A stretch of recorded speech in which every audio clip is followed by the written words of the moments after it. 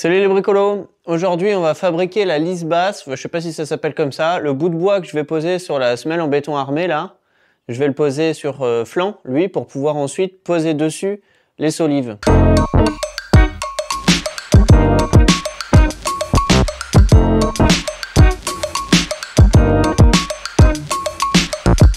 Première chose, il faut quand même que j'ai une idée de la taille du bout de bois. Alors je vous explique le truc. Là j'ai coincé le mètre sous cette solive. Derrière là vous voyez il y a le tirant. Donc j'ai coincé le mètre juste au niveau du tirant. Et je regarde ici, il y a la semelle de charpente qui arrive et je vois que c'est 2,79 m. Donc d'abord je vais prendre une solive, je vais la couper à 2,79 m.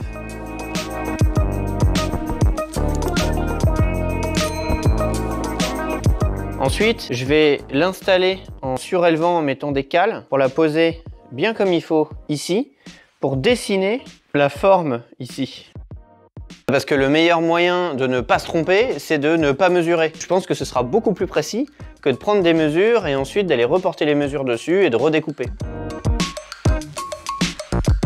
J'ai utilisé un niveau pour vérifier que cette lisse basse est arrivée pile au niveau de l'arête de la semelle en béton armé en dessous, puisqu'elle va être posée à cet endroit-là. Vous voyez, elle est bien installée au-dessus de la poutre, c'est parfait, à la bonne distance. Donc ce que je fais, c'est que je trace la forme de la poutre directement sur la solive. Ça, je fais pas de mesure, et je suis sûr de découper ce qu'il faut, quoi. Voilà.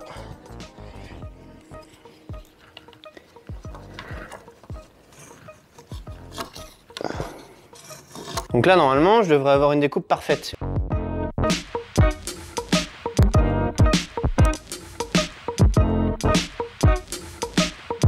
La découpe, franchement, elle est pas mal.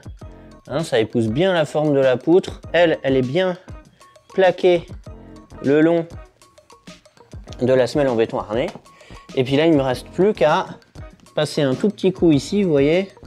Là, faut que ici, je suis bien, mais là, je suis pas bien, donc je vais juste mettre un petit coup de scie comme ça, et puis ce sera nickel. Et voilà qui est fait, ça tombe nickel, je suis très content. Je vais pas poser directement le bois sur la semelle en béton armé, parce que mon pote qui est ingé m'a dit que c'était pas terrible de mettre le bois directement sur le béton. Ce que j'ai déjà fait pour la poutre et ce que je vais faire pour celui-là, c'est que je vais coller une sorte de scotch bitumineux avec de l'aluminium au-dessus. Comme ça, le bois sera posé sur l'aluminium. Il n'y a pas de risque de remontée d'humidité dans le bois. Le béton, même s'il est maintenant sec au toucher, il reste de l'humidité à l'intérieur. Ça met des années à sécher, je crois. Donc autant ne pas transmettre d'humidité dans le bois. A few moments later. Donc là, je vais vous montrer un truc. Ici, il y a la lisse basse que j'ai posée.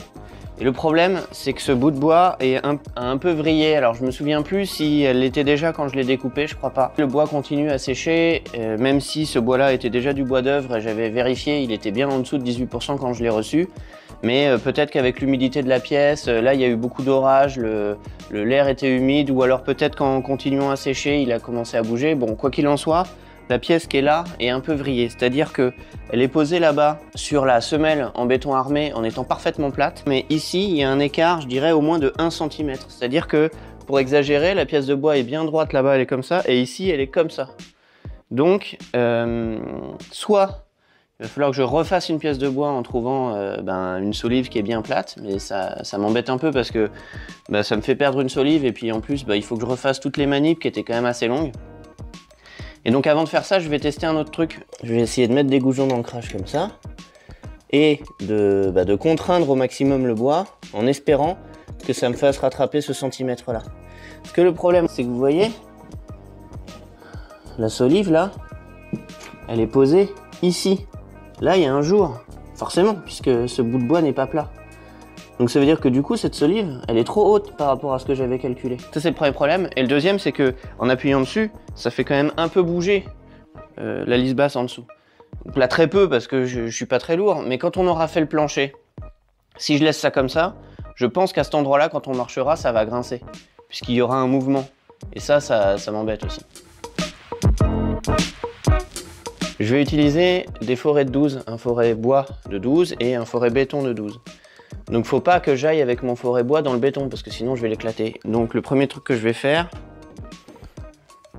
c'est j'utilise là du scotch d'électricien, je pense qu'il y a mieux, mais et je vais me caler pile là pour arriver au bout mais sans dépasser. Et je vais mettre mon scotch sur le foret pour m'arrêter avant que le foret arrive dans le béton.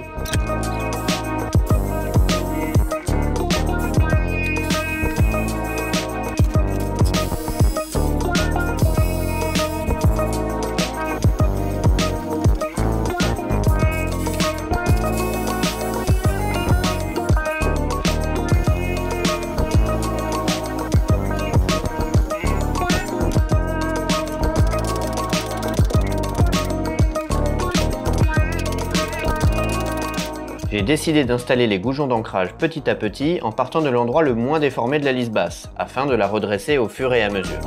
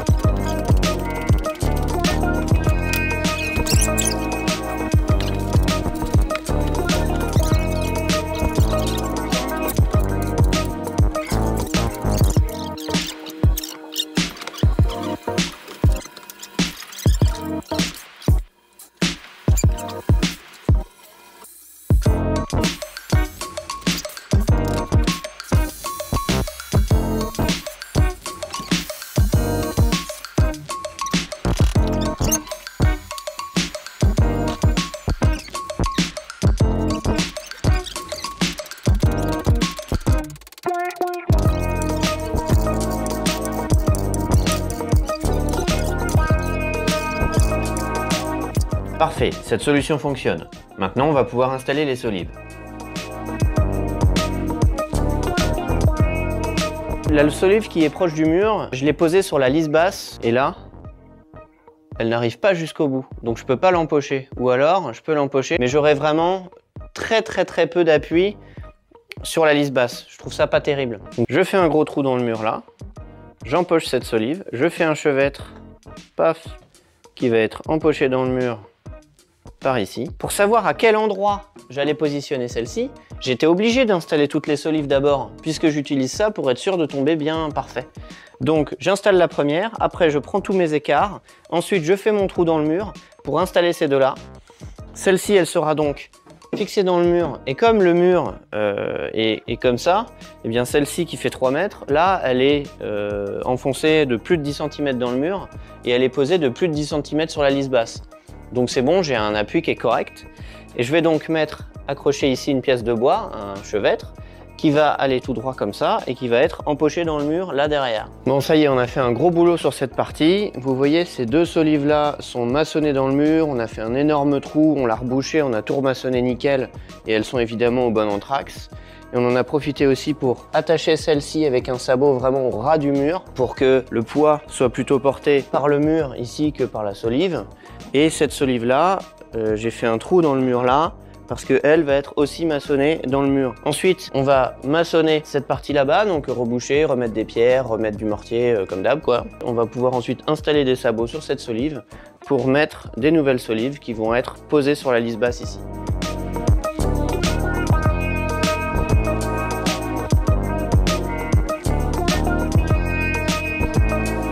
Je vais vous montrer comment je fais pour installer cette solive. Il faut donc que cette solive soit à cette distance de cette solive. Et comme je suis tout seul, j'ai trouvé une petite technique pour réussir à le faire correctement. Donc je vous montre. Je mets, vous voyez en dessous, il y a des cales pour que la solive arrive à fleur de l'autre solive. C'est-à-dire que elle et elles sont exactement à la même hauteur. Ensuite, j'installe le sabot. Et les sabots, je vous ai montré dans une autre vidéo, ils sont un peu évasés, comme ça. Bon là, c'est un sabot avec des ailes intérieures, mais c'est pareil, vous voyez, il est pas... Faut le resserrer comme ça pour qu'il arrive sur la solive, il est un peu évasé. Donc du coup, comme je suis tout seul, pour ne pas être gêné, je mets un petit serre-joint des deux côtés du sabot. Ensuite,